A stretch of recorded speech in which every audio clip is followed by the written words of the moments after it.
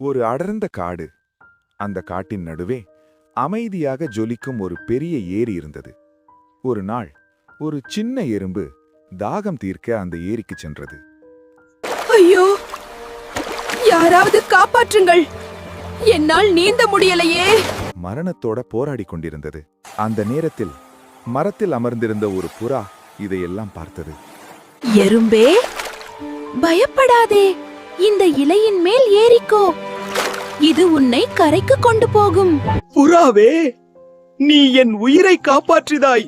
இந்த உதவியை நான் மறக்கவே மாட்டேன். சில நாட்கள் கழித்து ஒரு கொடூர வேடன் அந்த புறாவை கொல்ல திட்டமிட்டான். வலிக்கிறதே! அந்த சத்தத்தை கேட்ட புறா உடனே பறந்து உயிர் தப்பித்தது. நண்பா, இன்று நீ என் உயிரை காப்பாற்றினாய். அன்று நீ செய்த உதவிதான் இன்று உன்னை காப்பாத்திச்சு. செய் நன்றி அறிதல் மிகச் சிறந்த பண்பு. நாம் பிறருக்கு செய்யும் நன்மை ஒருபோதும் வீண் போகாது.